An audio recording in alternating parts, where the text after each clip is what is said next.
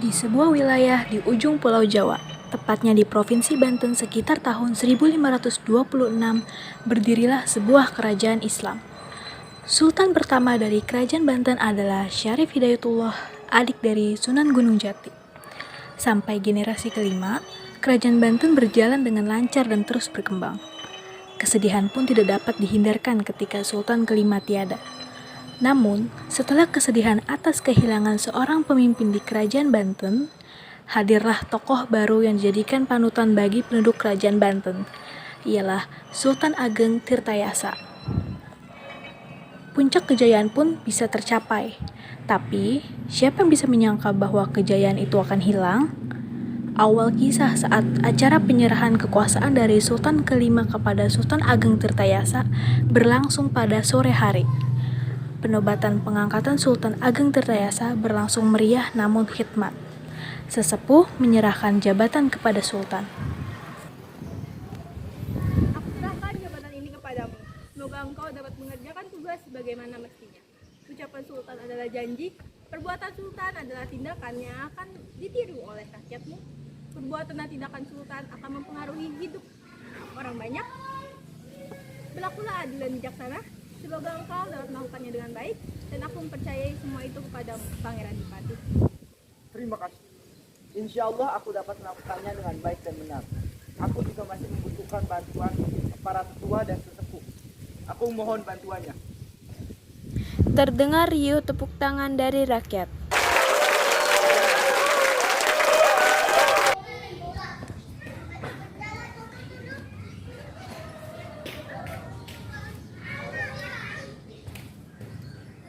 Selamat ayahanda, mulai saat ini engkau tidak hanya menjadi seorang kepala keluarga, tetapi juga menjadi pemimpin untuk kerajaan Banten ini.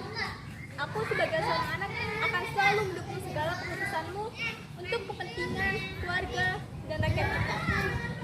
Oh anakku, terima kasih. Aku bersyukur kamu bisa berada dan hadir di acara yang bersejarah ini. Dari sebelah ruangan muncullah Arya Purbaya. Adik! Kapan kau datang? Aku merindukanmu, sudah lama sekali sejak terakhir kau kembali. Itu apa? Mana oleh untukku? Ini adalah baju kontrak kakak seminggu yang lalu. Tetapi kakak juga membelikan coklat dari India di pinggir jalan tadi. Tapi sudah kakak makan sebagian karena kakak sangat lapar. Nah, kamu kan sudah sangat gendut, tidak perlu makan coklat. Sudah. Lebih baik kita makan malam terlebih dahulu untuk merayakan hari yang bersejarah ini. Ayo. Ayolah. Sudah berbulan-bulan sejak hari penobatan itu, Sultan Ageng melakukan tugas-tugasnya, seperti membuat irigasi, memperhatikan kesejahteraan rakyat, menemukan solusi untuk mengatasi permasalahan sosial, dan tugas lainnya dengan baik. Kerajaan Banten pun berkembang pesat karena kelihayan Sultan Ageng dalam mengelola kerajaannya, dan oleh sebab itu, Belanda mulai datang dan memata-matai keluarga Sultan dan lingkungan kerajaannya. Benar sekali apa yang dikatakan Jenderal. Bandung is so strategis. Tanahnya yang subur akan menguntungkan kita. Pihak VOC harus segera menguasainya. Sebab kita harus memikirkan bagaimana cara menguasai Banten. Kita tidak mungkin langsung menyerang Sultan dan istana. Seperti yang kita ketahui, Kesultanan Banten memiliki angkatan perang yang tangguh dan Sultan sangat bijak dalam mengambil keputusan. Kita akan terus memata-matai Sultan dan kerajaan. Kau masih tidak percaya dengan kemampuanku, Wilma? Oke, darling, I believe in you. Okay. Oh my god. Kemudian Wisif dan Wilma pun melanjutkan aksi mereka dalam memata-matai kerajaan. Mereka mencuri-curi informasi yang terjadi dalam keluarga kerajaan dan juga rakyat kerajaan. Aku punya ide bagus. Gimana kalau kita serang Sultan dan kerajaannya itu dengan cara yang halus? Seperti bernegosiasi, kita iming-imingi si Sultan tua itu dengan keuntungan yang berlimpah. Pasti mereka tergiur. Anissa sih? Kau kira Sultan yang kita hadapi sekarang ini adalah seorang apabila dapat diperalat dengan mudah? It is so hard. Tenang saja, saat ini di selatan mereka sedang kekurangan stok pangan. Kalau kita berhasil ngiming mereka, ya pasti mereka tergiur kan? You are right, Utas. Ayo kita lakukan sekarang juga. Dan istrinya bergas pergi ke istana Surosowan. Tak lama Tibalah mereka di istana Surosowan dan menemui Sultan di istana Surosowan. Namun tak disangka-sangka, kedatangan mereka sebagai perwakilan dari VOC ditolak tegas oleh Sultan Ageng. Ternyata usaha yang dilakukan oleh Wisif dan Wilma belum berhasil. Akhirnya mereka berdua diusir oleh pengawal Sultan.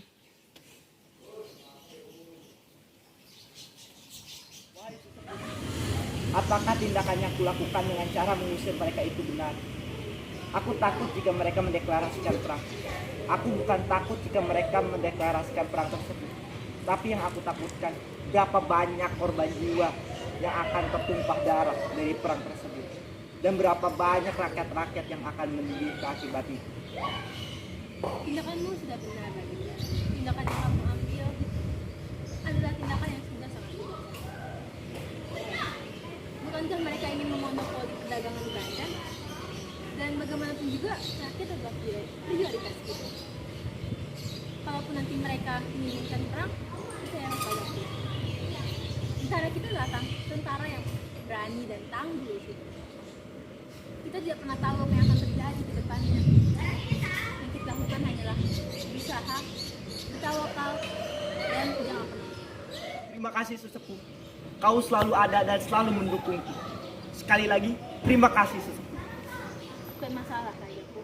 Sudah menjadi kewajibanku untuk membimbing. Masalah tak dapat terhindarkan begitu saja. Beberapa minggu kemudian, setelah negosiasi antara VOC dengan Sultan, seorang nelayan datang ke istana Sultan untuk melaporkan apa yang telah mereka alami. Ada apa gerangan kau datang kemari? Mohon maaf ya mulia, tapi prajurit Daud tadi pagi datang dan memblokade kapal-kapal perdagangan dan menghancurkan kapal-kapal para nelayan. Bukankah Sultan telah mengusir kau? Berani-beraninya mereka datang kemari.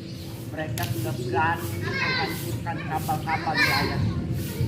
Sekarang, kirimkan 100 orang prajurit, hancurkan kapal dagang mereka. Baik, Sultan. Pengusiran Belanda dilakukan oleh tentara-tentara yang Sultan Ageng kirimkan di dermaga-dermaga kerajaan Banten. Pasukan yang Sultan Ageng kirimkan berhasil mengusir kapal-kapal dengan VOC. Beberapa tahun kemudian di ruang kerjanya, Sultan Ageng tampak sedang memikirkan sesuatu dan kemudian ia memanggil putra-putranya. Sultan Haji, Arya Purbaya, duduklah. Ya. Hai anak-anakku, karena kalian semua sudah pada dewasa, aku ingin memberikan kalian tugas untuk menjaga pemerintahan. Kau Sultan Haji, akan kuberikan tugas untuk menjaga kesejahteraan rakyat Banten. Tapi ayah, Aku yakin kamu pasti bisa. tapi ayah, Kamu pasti bisa. tapi Bisa, ayah aku bisa. Baiklah. Akhirnya. Terima kasih ayah. Kalau begitu, aku sebagai anakmu akan berusaha semaksimal mungkin menjalankan tugasku. Dan kau Arya Purbaya akan kuberikan tugas untuk menjaga kedamaian wilayah dan rakyat Banten. Bisa. Ya memang aku bisa. Baiklah ya, aku juga akan menjalankan tugasku dengan baik. Saat makan malam keluarga Sultan. Hai anak-anakku, apa yang sudah kalian lakukan pada hari ini? Aku sudah memberikan bantuan kepada orang-orang yang membutuhkan ayah. Bagus Sultan Haji. Terus bagaimana denganmu Arya Purbaya? Aku telah menjaga daerah konflik dan mendatanginya secara langsung ayah. Setelah ayah memberikan tugas itu, tidak lagi ada konflik dan aku dapat menyelesaikan tugas itu dengan baik. Bagus Arya Purbaya. Kau memang kebanggaanku. Terima kasih ayah. Setelah makan malam selesai, Sultan Haji berjalan sendirian keluar istana. Sultan Haji iri dan merasa kesal kepada Arya Purbaya. Menurutnya, ia juga telah melakukan tugasnya dengan baik. Tetapi, ayahnya hanya memujinya sekedarnya saja. Berbeda dengan pujian kepada Purbaya. Melihat sang putra, Wisif dan istrinya yang sedari tadi menguping tahu dengan jelas apa yang Sultan Haji kesalkan dan memulai aksinya kembali. Sultan Haji, ada apa? Ekspresi wajahmu terlihat sangat kesal. Oh, siapa kau? Apakah ini terlalu terlihat? Aduh, jangan sampai kerutan yang dari wajahku ini semakin banyak. Perkenalkan, aku Wilma dari Yusuf. Perkenalkan, aku Sultan Haji, putra mahkota Kerajaan Banten. Ya, aku sudah banyak mendengar tentang kedermawan Sultan. So, apa yang membuat Sultan yang dermawan ini terlihat kesal? Oh tidak, aku hanya iri dengan adikku. Ayahku itu terlalu membangga-banggakan dia. Padahal aku putra mahkotanya. Aku tidak berlebihan kan? It's very well, Sultan. Menurutku, ayahmu memang lebih memilih adikmu Purbaya. Kalian mengetahuinya? Oh tidak, maksudku... Astaga, apakah itu pertanda? Pertanda apa? Pertanda apa, Steve? Aku rasa Sultan memang lebih menyayangi adikmu Purbaya. Tahta dia saja kan jatuh ke tangannya. Lagi pula kembali memilih dia berbicara serius tanpa pengetahuan dengan Purbaya. Benar sekali. Dari kemarin, kita melihat adikmu dan ayahmu serius berdiskusi. Benarkah? Astaga, jangan-jangan kau tidak tahu. Tidak, aku tidak mengetahuinya. Tapi aku yakin dengan kelakuan adik dan ayahku, mereka pasti baik kepadaku. Ini mungkin hanya saja adik itu terlalu berlebihan melakukannya. Jika aku lebih baik dari dia, mungkin ayahku akan mengikuti juga. Karena mereka keluargaku. Untuk pembicaraan itu, entahlah. Sultan Haji langsung lari begitu saja, disusul oleh kedua orang VOC itu. Karena mendengar omongan dari orang Belanda itu, Putra Gusti langsung kembali ke dalam istana dengan suasana hati yang masih buruk. Rupanya, pengawal kerajaan melihat itu semua dan melaporkan semua pada Sultan Ageng. Ia pun memerintahkan kepada pengawalnya untuk memanggil Sultan Haji. Ada apa yang memanggilku malam-malam seperti ini? Ayah kecewa denganmu. Bagaimana kamu bisa dengan mudahnya iri dengan adik? Kamu lebih mempercayai dua orang Belanda itu. Kamu sebagai putra mahkota, seharusnya kamu lebih bijak. Jika kamu ingin puji maka terjal. Tapi ayah, aku tidak percaya dengan perkataan mereka. Setelah ayah berkata seperti itu, aku sadar bahwa ayah lebih menyayangi Purbaya. Bela saja anak kesayanganmu itu. Akan membuktikan aku bisa lebih baik dari adikku itu. Sultan Haji langsung keluar dari ruang kerja ayahnya dan Sultan Ageng pun mengejarnya. Sultan Haji pun menemui Wisif dan Wilma. Ia dihasut agar menyerang kerajaan milik ayahnya sendiri untuk menunjukkan kekuatannya. Sultan Haji yang sedang tak dapat berpikir jernih pun menyetujuinya. Kakak, dari mana saja kamu? Akhirnya kau kembali. Kita semua mencarimu. Kampret, jangan panggil aku kakakmu lagi. Aku tahu seberapa busuk dirimu itu. Kampret itu apa, Kak? Tunggu, Kak. Aku bisa jelasin, aku mohon. Kau yang menjadi putra mahkota, bahasa dasar saja kau tidak tahu. Kau tidak akan pernah pantas dan tidak akan pernah pantas. Tunggu, Kak. Aku bisa jelasin. Kau salah paham. Aku tidak ada maksud keinginan untuk merebut posisimu di kerajaan. Kamulah yang lebih pantas dariku. Aku tidak akan pernah percaya padamu lagi.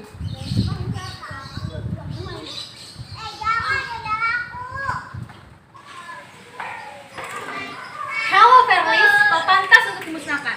Kesultanan Banten membutuhkan orang yang lebih tangguh seperti kakakmu. Namun sayang, Sultan lebih memilihmu. Itu semua tidak benar. Dan kalian tidak usah ikut campur urusan keluarga ini. Aku yakin Sultan bisa menyelesaikan masalah ini semua. Oh ya. Kalau begitu, memang lebih baik kita bertemu dengan Sultan. Bertemu denganmu, berbicara denganmu, bukankah hanya membuang waktu saja?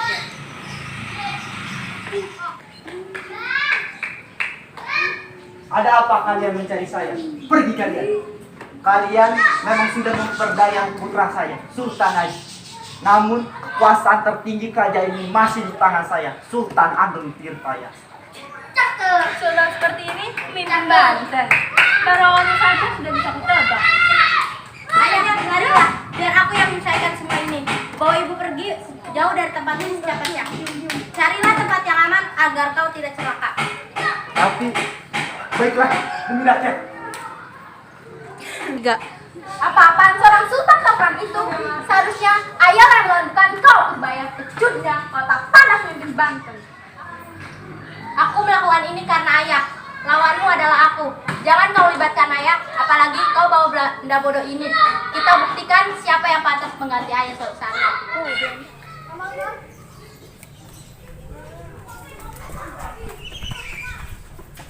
Stop. Bukan begini cara putra-putra mahkota untuk membuktikan kekuatannya. Ayah, Berpikirlah, kau harus selamat. Kau harus tetap menjadi pemimpin Kesultanan Banten. Karena kau sultan terkaya.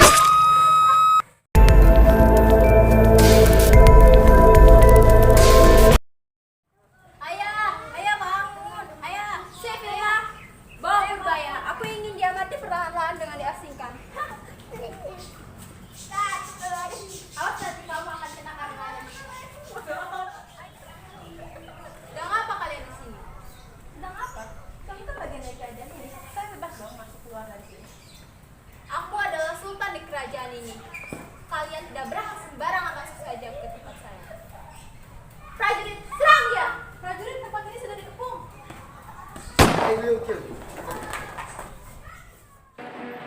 Akhirnya, Kesultanan Banten pun jatuh ke tangan VOC. Sejak saat itu, rakyat Banten benar-benar mengalami penyiksaan yang sangat berat. Sewa tanah yang besar, penyiksaan, kelaparan, dan segala bentuk penjajahan yang diatur oleh VOC benar-benar menyulitkan mereka. Padahal, hanya berawal dari kesalahpahaman dan rasa dengki, tetapi bisa berakibat fatal terhadap orang lain. Amanat yang dapat kita ambil dari cerita di atas adalah bahwa kita tidak boleh terlalu mempercayai orang yang baru saja kita kenal, agar tidak ada fitnah dan kesalahpahaman seperti yang Sultan Haji alami. Kita juga harus menghormati serta menyayangi keluarga kita. Cinta orang tua kepada anaknya adalah cinta yang tak bersyarat dan tulus. Maka celakalah Sultan Haji yang durhaka menyerang orang tua serta adiknya yang mencintainya hanya karena kekuasaan.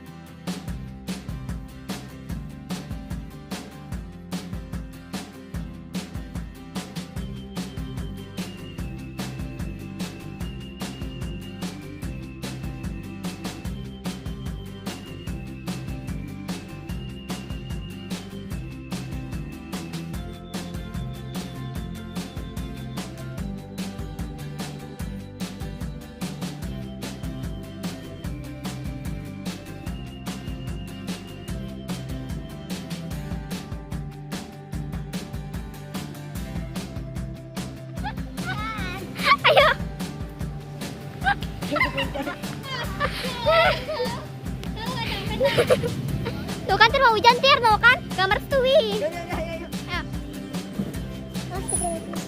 Tertangkap ya. Sekte baru. Terhindarkan begitu saja. Beberapa minggu kemudian, setelah negosiasi antara VOC dengan Sultan, seorang pelayan datang.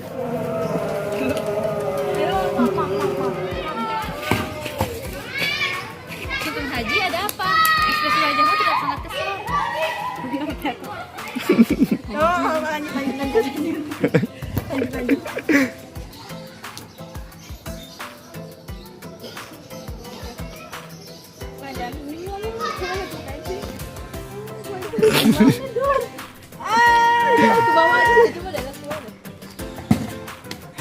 Sendal, gak pakai sendal.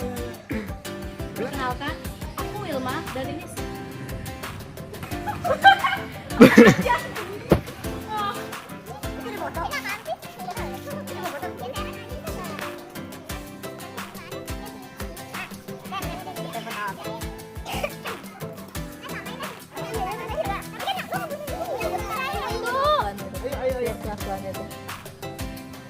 Gak kali benar.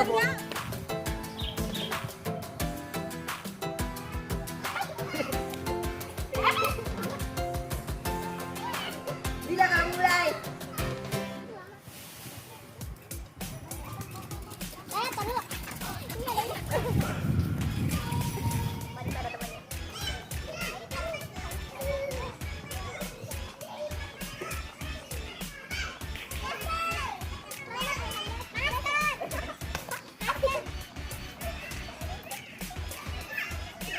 Udah capek-capek.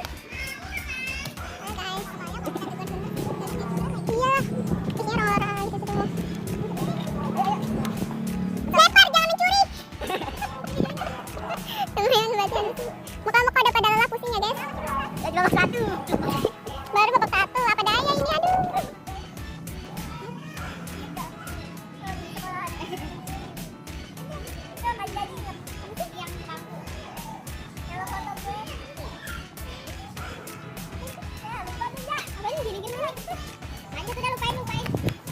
berbeda denganmu, Arya Purbaya? Aku telah mendatangi daerah konflik. Salah. Menjaga. Hai anak-anak, apa yang sudah kalian lakukan pada hari ini? Aku sudah memberikan kepada yang satu. Halo. Ya, tahun 2022. Cantikan lari. Sana kita sekan mana? Sisya. Kita lanjut lagi, Tak. Kita lanjut lagi buruan itu. Nanti dijadiin behind the scene. Akulah serigala, aku pernah ada. Raja kok naik-naik tirnya di bahaya deh tir. Ih, Raja keren. Kenal kau. Ini adalah mencari kitab suci. Bukan raja. Yang menginginkan kehidupan manusia menjadi manusia. Sampai atas, Kak. Bisa itu sama kita. Jangan tentang. Masalahnya pohon beringin. tahu tak sambet loh tir pulang-pulang ih bawa orang lain. Di kawanan ini ngapain? Tonton pulang-pulang. Dengar gak tadi sampai ngomong apaan, Bang? Kayaknya kelihatannya aneh beneran. Sampai ngomong mampus, Say. Orang ngomong mampus, ih berarti siapa yang denger tir, ih siapa yang ngomong, orang ada yang ngomong mampus dari tadi, ih